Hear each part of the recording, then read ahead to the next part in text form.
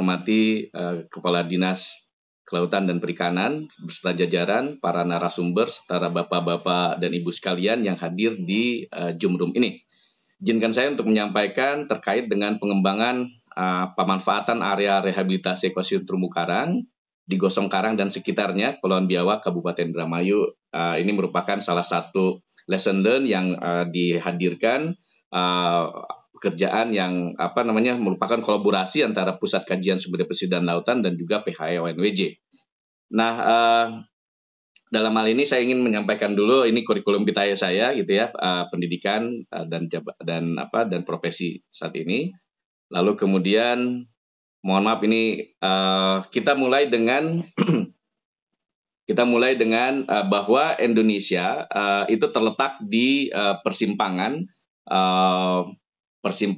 arus masuk dan keluar dari Samudra Hindia menuju Samudra Pasifik, di mana di Indonesia itu sendiri begitu kemungkinan terbesar tekanan terhadap sumber daya kemungkinan akan sangat besar begitu, dan ini akan berdampak terhadap keberadaan dari ekosistem pesisir dan lautan. Dalam hal ini kebanyakan kegiatan-kegiatan yang kemudian mengganggu aktivitas keberadaan dari ekosistem itu adalah terumbu karang sebetulnya. Nah, kehadiran ini tentu saja akan sangat berdampak terhadap manfaat yang mestinya diperoleh oleh masyarakat pesisir. Kita tahu bahwa jika di dalam konteks ini, di gambar ini, banyak sekali manfaat yang bisa diperoleh oleh dari pesisir dan laut, terutama dalam hal ini ada ekosistem lamun, ekosistem mangrove, dan juga ekosistem terumbu karang. Tentu saja konteksnya ini diambil sebagai sebuah jasa yang diperoleh dari masing-masing wilayah pesisir tersebut. Saya hanya 20 menit ya Bu ya.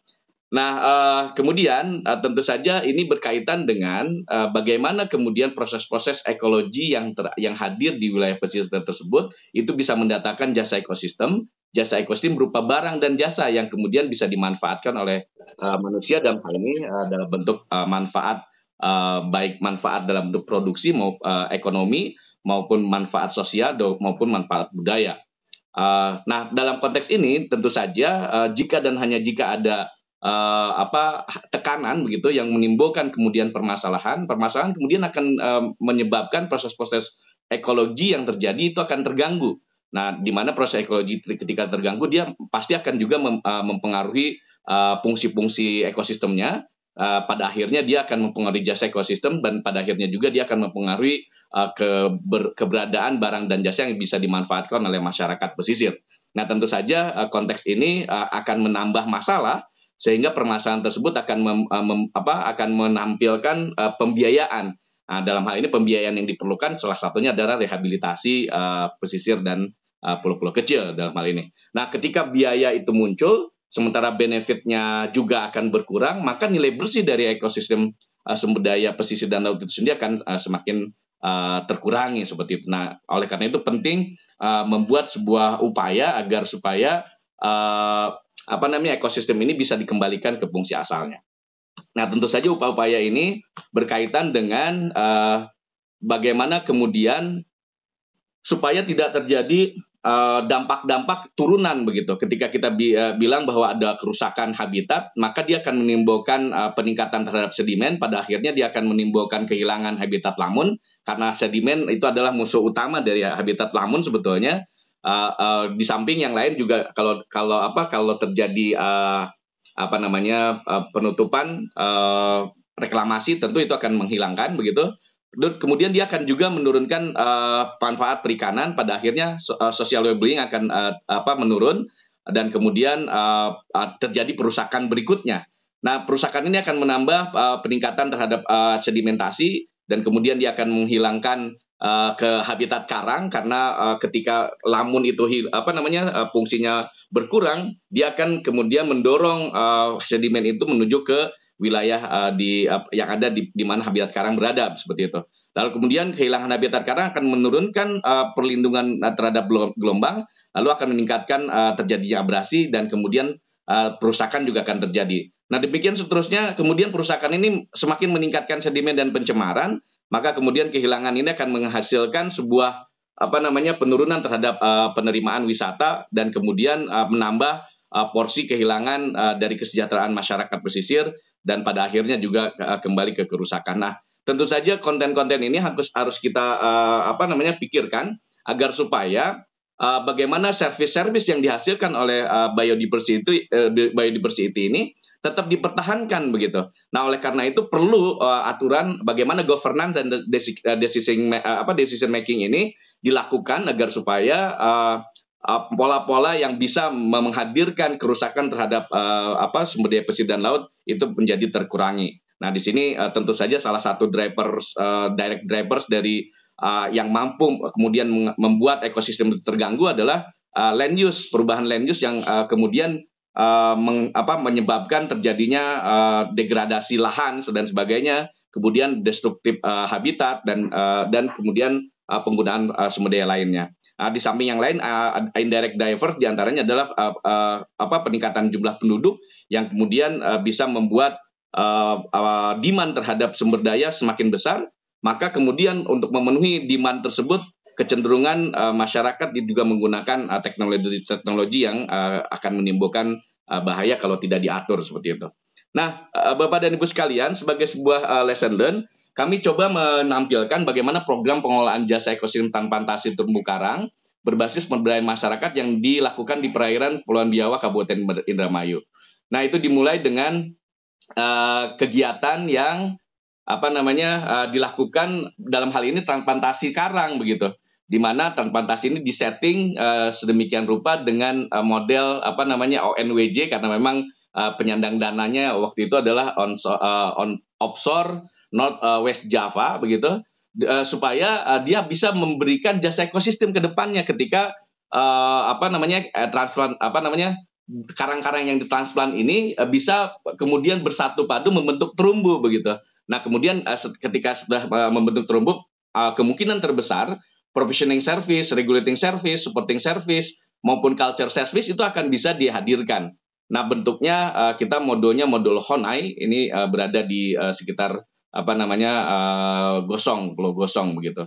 Honai sendiri diambil dari Honainya Papua. Nah, tentu saja ini model-model pengembangan ini bukan hanya dengan Honai saja, Bapak dan Ibu sekalian, bisa juga dengan kegiatan-kegiatan lainnya, modul-modul lain bisa berbasis kepada ini modul Honai yang kita tampilkan ditenggelamkan di sekitar Gosong Pulau begitu, ONWJ ya. Terus kemudian modelnya diperlukan persiapan, survei, terumbu karang sampai dengan LRT sampai kemudian dihasilkan lokasi yang berdasarkan rekomendasi dari nelayan. Kemudian dilakukan diagram persiapan lokasi transplantasi. Lalu kemudian selain dilakukan itu, sebelumnya juga kita memberikan pelatihan dan pengenalan ekosistem terumbu karang kepada kelompok yang yang bisa kemudian di-endorse untuk menjadi salah satu motor atau champion kelompok yang untuk pengelolaan terumbu karang yang ada di Pulau Biawak. Di sini juga ada hadir Pak Oni dan juga Pak Saihu. Pak Saihu banyak sekali sebetulnya terlibat di dalam kegiatan ini sebagai orang yang ikut di dalam kegiatan.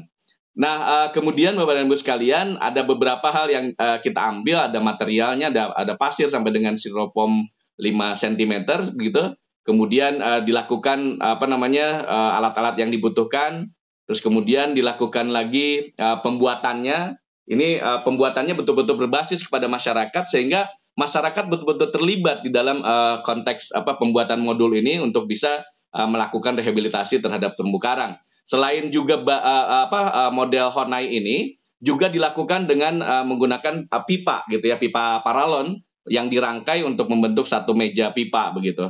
Nah, kemudian setelah dilakukan pembangunan modul, kemudian kita bawa dari Brondong menuju ke sekitar 6 sampai dengan 7 jam menuju Pulau Gosong untuk kemudian ditanamkan atau ditenggelamkan di dasar perairan ya, sekitar 5 sampai dengan 6 meter itu diturunkan di sana. Terus kemudian disusun berdasarkan ONWJ begitu, disusun di sana ya. Karena memang ini basisnya sekali lagi penyandang dananya itu dari ONWJ. Walaupun kemudian ini bisa juga dilakukan dengan model yang lain gitu ya. Tapi yang jelas di sini konteksnya di ONWJ. Lalu kemudian setelah dilakukan penenggelaman, kemudian ditransplantkan karangnya. Tentu saja ada pelaksanaan donor karang yang ada di sekitarnya sebagai alat untuk bisa menumbuh kembangkan karang itu sendiri begitu.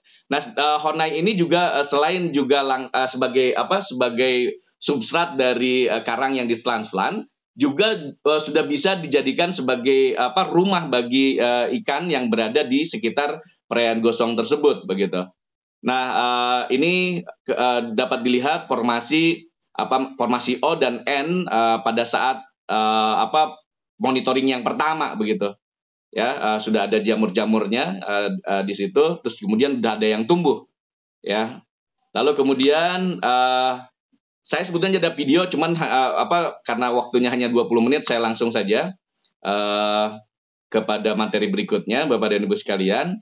Nah, ini saya ingin menampilkan bahwa kesejahteraan manusia ini bentuknya bisa dijalankan, bisa diperoleh jika dan hanya jika ada interaksi. Nah, interaksinya itu bentuknya adalah jasa ekosistem. Nah, proses rehabilitasi ini diarahkan untuk supaya bisa menghasilkan jasa ekosistem tersebut. Sehingga secara langsung atau tidak langsung manusia akan memperoleh kesejahteraan dalam konteks ekologi, sosial, dan juga budaya. Lalu kemudian ini detail, kalau ada ekosistem maka ada stok ikan di situ, diharapkan ekosistem rehabilitasi, maka stok ikan akan ada gitu ya. Kemudian dari stok ikan itu akan bisa ditangkap, kemudian hasil tangkapannya bisa kemudian memenuhi permintaan konsumen. Nah, bahasanya adalah kalau kita lihat upayanya bahwa terumbu karang itu bisa menjadi daerah konservasi yang dikonsep misalnya, tentu saja berkaitan dengan ilustrasi seperti ini. Kalau ini adalah sebuah akuarium, maka ketika diberikan ikan yang besar, kemudian dia berkembang biak menjadi besar ya, semakin besar, lalu kemudian dari besar ini berkembang biak lagi menghasilkan sesuatu. Dan pada suatu ketika dia akan penuh begitu. Nah, penuhnya ini, Bapak dan Ibu sekalian, kalau di alam itu menjadi spillover sebetulnya bagi yang akan ditangkap oleh masyarakat sebetulnya ketika ada kawasan konservasi. Ini secara real kita coba buat imajiner begitu, Bapak dan Ibu sekalian, ada batas imajiner yang ini adalah kawasan konservasi perairan di mana ada diantaranya ikan, kemudian ikan berkembang biak. Lalu kemudian dia tumbuh, berkembang, menjadi lebih besar, maka ketika bertambah lagi yang lainnya, yang besarnya itu bisa menuju kepada daerah konservasi perairan yang pemanfaatan. Nah, pemanfaat inilah yang kemudian menjadi spillover dari konservasi tersebut. Lalu kemudian kita coba juga lakukan upaya untuk dimodelkan bagaimana hubungan antara koral yang kemudian bertumbuh, coral coverage-nya itu akan bisa menambah stok ikan yang ada di alam seperti itu. Nah, ini dihubungkan juga dengan nelayan. Maka modelnya juga bisa akan seperti ini diharapkan sebetulnya akan menambah ketika transplantnya naik, maka baseline-nya dari baseline kemudian dia naik, maka kemudian carrying capacity-nya dia akan meningkat begitu akibat transplant tersebut. Lalu kemudian carrying capacity meningkat juga akan membuat ikan yang ada di sekitar juga akan meningkat. Nah, dalam hal ini Bapak dan Ibu sekalian, kita coba membangun sebuah program kemitraan itu sebagai embrio pengolahan jasa ekosistem transplantasi. Diharapkan sebetulnya nanti masyarakat ataupun misalnya kelompok itu bisa mendapatkan endement fund untuk melakukan kegiatan serupa di masa yang akan datang. Nah, tapi tentu saja ini butuh bukan hanya sekedar ini kan kegiatannya hanya dari 2015 sampai dengan 2018, tapi mestinya pendampingan juga dilakukan begitu terus-menerus. Hanya berhenti di tahun 2019. Terus kemudian yang terakhir adalah bagaimana monitoring transplantasi, penguatan dan pemanfaatan kelembagaan terpadu bisa dilakukan. Nah, polanya adalah pola kolaboratif, ada 4P, public, private, people, partnership, di mana pemerintah, swasta, masyarakat itu bisa hadir begitu. Nah, tentu saja kontennya adalah dari kita, oleh kita, dan untuk kita motonya. Sehingga public-private people partnership ini bisa dijalankan. Nah, di sisi lain juga kita penting juga men-state apakah mana yang kemudian private property, mana yang kepemilikan kelompok, mana yang kepemilikan umum, sampai juga mana yang kepemilikan publik. Sehingga diharapkan pada saat pengelolaan dilakukan itu masing-masing punya tata caranya sendiri seperti itu. Tentu saja balik lagi ada interest substansi dari publik gitu ya, dalam hal ini pemerintah, private dalam hal ini swasta, dan juga masyarakat. Nah, pola untuk bagaimana kemudian ini bisa berkembang, tentu saja sekali lagi kita butuh persatuan seperti itu untuk bisa membuat industri pariwisata yang berbasis kawasan konservasi. Nah, tentu saja ada mitra pembina, ada mitra bisnis utama, sampai dengan mitra bisnis penunjang. Ini di-blended sedemikian rupa untuk membangun industri pariwisata berbasis kawasan konservasi perairan di Pulau Biawak dalam hal ini. Nah, dalam konteks yang lain, bagaimana kemudian para pengguna yang akan melakukan upaya untuk snorkeling ataupun dive di terumbu karang Pulau Biawak, tentu saja dia harus memiliki konten pengetahuan terkait dengan sumber dayanya. Dalam hal ini bisa terumbu karang, kemudian ada juga ekosistem terkait lainnya seperti misalnya mangrove ataupun lamun seperti itu. Nah, diperlukan juga infrastruktur publik untuk bisa masyarakat misalnya sampai di lokasi seperti itu dengan baik begitu ya, dalam bentuk penyediaan dermaga bisa jadi dan sebagainya. Lalu kemudian ada penyedia infrastruktur publik lainnya. Nah, konteks ini diharapkan bisa membangun sebuah sinergi agar ada korelasi antara pengguna dengan sumber daya dan juga penyedia infrastruktur publik dalam hal ini. Nah, Bapak dan Ibu sekalian, kita coba ilustrasikan bagaimana kemudian model ekonomi kelautan bisa juga dikembangkan di sana gitu. Nah, modelnya tentu saja ada aktivitas kelautan, perikanan, pariwisata bahari, kawasan jasa kelautan, industri kelautan, dan sebagainya. Nah, ini sebagai sebuah dorongan agar supaya kegiatan-kegiatan yang ada di sekitar Kepulauan Biawak itu bisa dikembangkan dengan lebih bantang seperti itu. Nah, Bapak dan Ibu sekalian, terkait dengan sisi makro begitu, ternyata yang paling memungkinkan dari sisi investasi dan juga dari sisi tenaga kerja yang banyak, investasi yang efisien, itu hanya perikanan dan juga coastal and marine tourism seperti itu. Nah, dua komponen inilah yang kemudian kita bisa padu serasikan agar supaya pengembangan di Kepulauan Biawak itu bisa berbasis ini, sehingga di samping dia sebagai kawasan konservasi, di sisi lain kawasan konservasi bisa mengendorse masyarakat untuk bisa memanfaatkan perikanannya, tapi di sisi lain lagi masyarakat bisa juga memanfaatkan sebagai kawasan wisata, sehingga terjaga dengan terkolaborasi dengan baik seperti itu. Nah, ini contoh-contoh yang memungkinkan, walaupun ini dari luar begitu ya. Kalau di Kepulauan Biawak mungkin nggak terlalu ada gitu. Tapi kalau hiu paus di sana juga pernah terlihat. Terus kemudian juga lumba-lumba di sekitar perjalanan juga pernah terlihat juga seperti itu. Lalu ini dolphin ya. Terus kemudian bisa juga parimanta, mungkin di sana tidak ada gitu ya. Hiu juga ini. Ini hanya gambaran saja bahwa ada wisata-wisata yang bisa dihadirkan bila mana dilakukan satu upaya seperti itu. Lalu ada dugong, walaupun di sana lamun itu kurang begitu, dan juga bukan daerah migrasinya dugong sebetulnya. Lalu ada juga turtle. Kalau tadi dilihat di sana ada beberapa spot di Pulau Biawak memang tempatnya turtle itu turun seperti itu. Lalu juga ini yang memungkinkan untuk dikembangkan wisata rekreasi pancing gitu ya di alam yang menuju ke Pulau Biawak.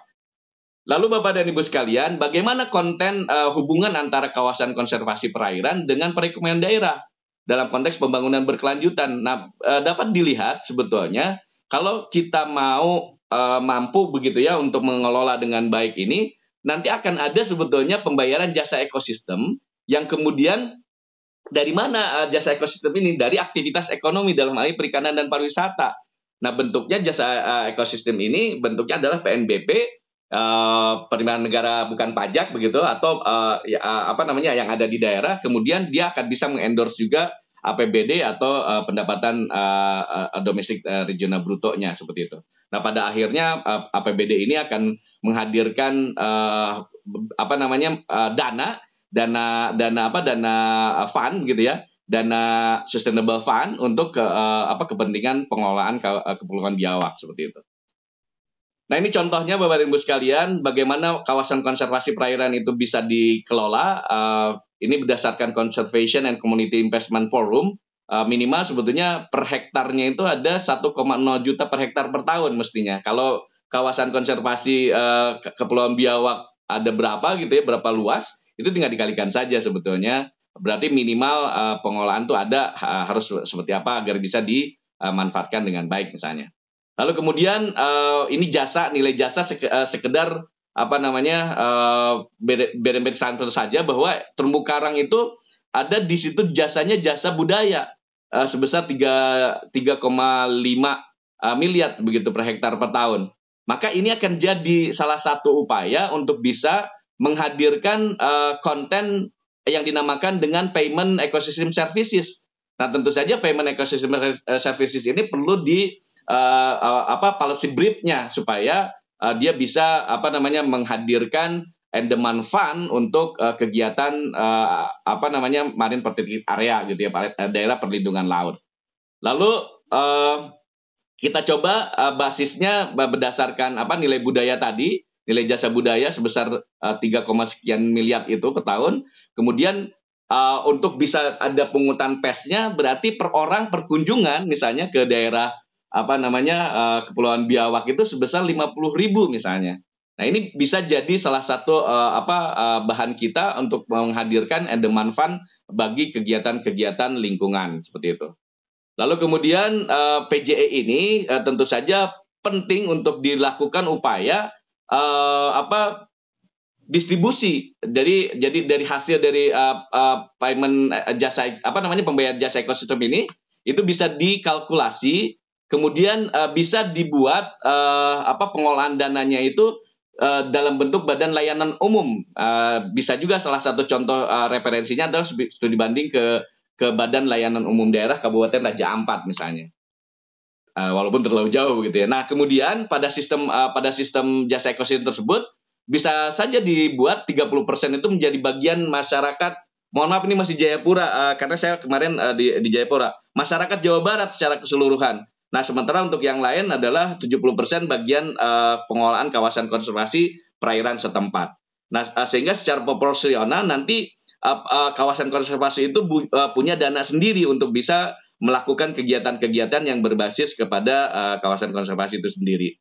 Nah, Bapak dan Ibu sekalian, terkait dengan ini, penggunaan dana hasil ini bisa juga dibagi 3 begitu. Proporsinya 50% untuk dana rehabilitasi restorasi, kemudian 20% digunakan untuk dana operasional, 30% yang lain digunakan sebagai dana pembangunan masyarakat yang yang ada di melakukan kegiatan di sekitar Kepulauan Biawak ya. Dalam bentuk misalnya tadi di sekitar Brondong ataupun nelayan-nelayan yang memang terlibat di sana, penangkapan di sana.